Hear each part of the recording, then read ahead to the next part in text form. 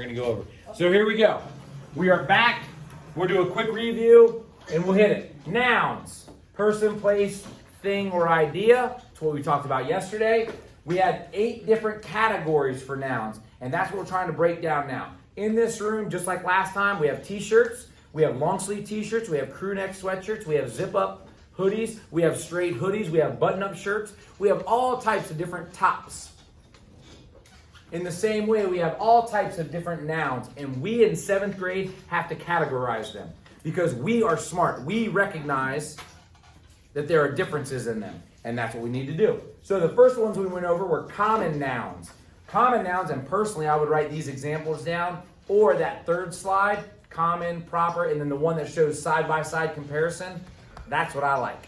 I would write at least 3 or 4 examples down. And remember, if you need room, write on the back of your flip book. So, firefighter, town, book. These are all examples of common nouns. They're not capitalized. And we were 5 for 5 yesterday, by the way.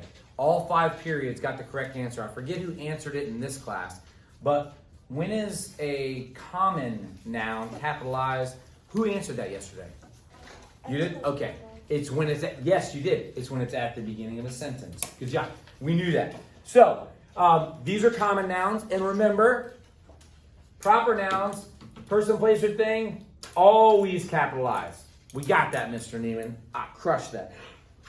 The important thing to remember is, if you say firefighter, it's lowercase, but if you say Chief Wilson, who is a firefighter, it's capitalized. Interesting point of note, when I was doing this first period, the principal walked in. In that case, I would say principal, you would say lowercase p. However, if I said Principal Tucson walked in, that would be capital P, Tucson, capital T. Okay? There are thousands of principals all over the state of Ohio. There's only one Mr. Tucson, and he gets capitalized, all right? Is that good? Okay, cool. So, same thing with the city or the town, same thing with the book title. Book, underlined. I got thousands of books, not thousands, I got dozens of books over there. But I might only have one where the red fern grows. So we would capitalize that. Yes? Not a movie? I don't know if they made it into a movie or not. I don't remember. It was a little before my time. Now, the thing to remember about this, a noun will be either common or proper. You can't be both. It's either common or it's proper. A lot like an off-on switch on the light switch. Yes? You can, yeah. During IE, I'll talk to you about that, all right? Okay? So, these are your common nouns. These are examples of common nouns that are specific, therefore they are proper nouns. Like restaurant, Surf's Up Grill. That is a restaurant. City, Austin. In a state, Texas. These get capitalized, these do not. Remember, you're either on or you're off. You're either proper or you're common. That's how it goes. Same thing with abstract and concrete. You're either abstract or concrete. Okay? Yes? They use that example in science class. Boom. Nice. That's great. Awesome. And abstract are things you cannot see, things you cannot smell, things you cannot taste, things you cannot hear. Those are all abstract, and we have great examples right here. Love, courage. Again, you can see an act of courage, but you cannot see the driving force of courage. Knowledge. If you cut my head open, don't do it. You would see my brain, but you would not know the knowledge that I have. You would not know my intellect. You could see my brain, but not the intellect, the actual mechanism of knowledge. So, the opposite of abstract is concrete. You can touch that. You can touch that. You can touch that. Okay? Lightning, you can see it. Remember yesterday we said thunder. You cannot see thunder, so therefore it's abstract. No, Mr. Neiman. You can hear it, though. Therefore it's concrete. Ice cream. Ice cream. Oh, I'm going to taste some ice cream tonight. Wednesday, I circled this day. I circled this day on my calendar. This is my ice cream night. I'm getting cookies and cream and 2 scoops of cookies and cream inside a chocolate top waffle cone from Grader's Ice Cream. I'll be there about 8:30 tonight. Yes, in the back? Stop. This, once again, and this is, it says it down here at the bottom. You will either be abstract or you will be concrete. You cannot be both. You will either be abstract or you'll be concrete. And today you're going to try to decipher which one is abstract and which one is concrete. You're going to make a list of a given word, a word bank. These ones are abstract, these ones are concrete. So, common and proper, abstract and concrete. I think we started to leave off here yesterday. Compound, we got here. This was pretty cool today. I really appreciated this. First period. We were doing, the ninja, and we did a couple other ones.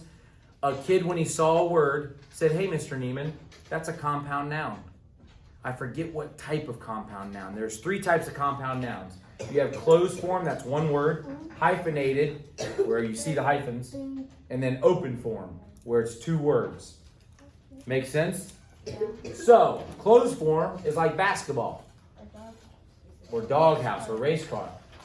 Hyphenated obviously has a hyphen in it. Like, bro, I get that. This is the tough one, though. This is the tough one. There are 2 words that have that go together to create one meaning. Middle class. Class has a meaning. Middle has a meaning, but when you put them, you don't put them together like this. You combine them in such a way that they together make middle class. Yes. Is ice cream cake not open form? That would be open form. Just like ice cream would be open form. Yes, ice is one thing, cream is another, but when you can not combine them, put them near each other, make ice cream, that's something else. Yes? Cupcake is closed form. That's right. Great job.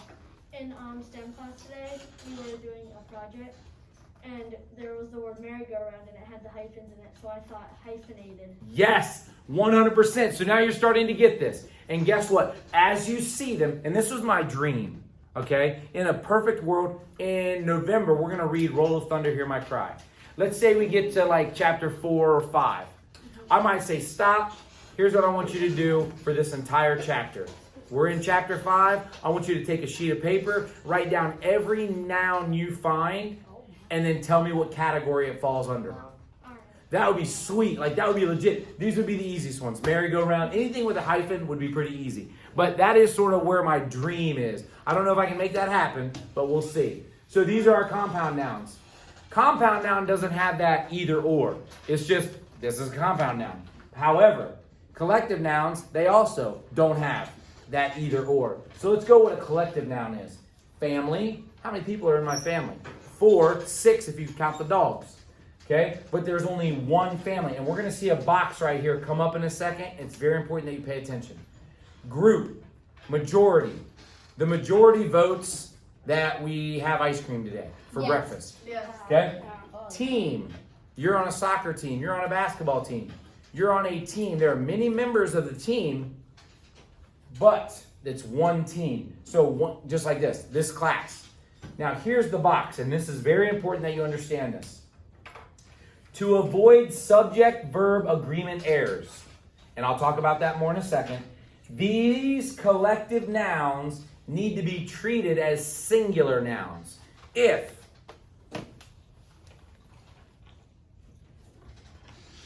I have one book, however, if I had 2, you would say books. But in singular, I would say this book is on the shelf. If I had 2 of them, I would say these books are. Exactly. Very important that you understand this. What you don't want to say is this book are or these books is. You don't want to say that because you confuse the reader. Okay? It shows a subject-verb agreement error if you do it the wrong way. My shoes is on my feet. No. That's not how we do that. My shoes are on my... That's exactly right. Great job. So now we understand. It's very important that we understand that subject-verb agreement is crucial. We have to know that. So, next up. These collective nouns get treated as singular. So, our compound and our collective sort of just are their own. However, count nouns, and we're going to see if you guys are paying attention here. Count nouns. A count noun is a noun in which you can add a number in the front of, and if needed, an S at the end, and it makes sense. So let's try it. Cake. She baked a cake. That makes sense, right? Yeah. That makes sense. She baked 5 cakes. I put a number in front, put an S at the end. Guess what happened? It makes sense. Last one. Pigs. The farmer wrangled 3 pigs. That makes sense. And found 1 pig in the barn. That makes sense. It's still a count noun. If it makes sense, it's a count noun. Now here's my question. Let's see if you can put this together. It's very difficult for 7th grade students to put this together. What then is a non-count noun? In the back with the black shirt? It doesn't count. It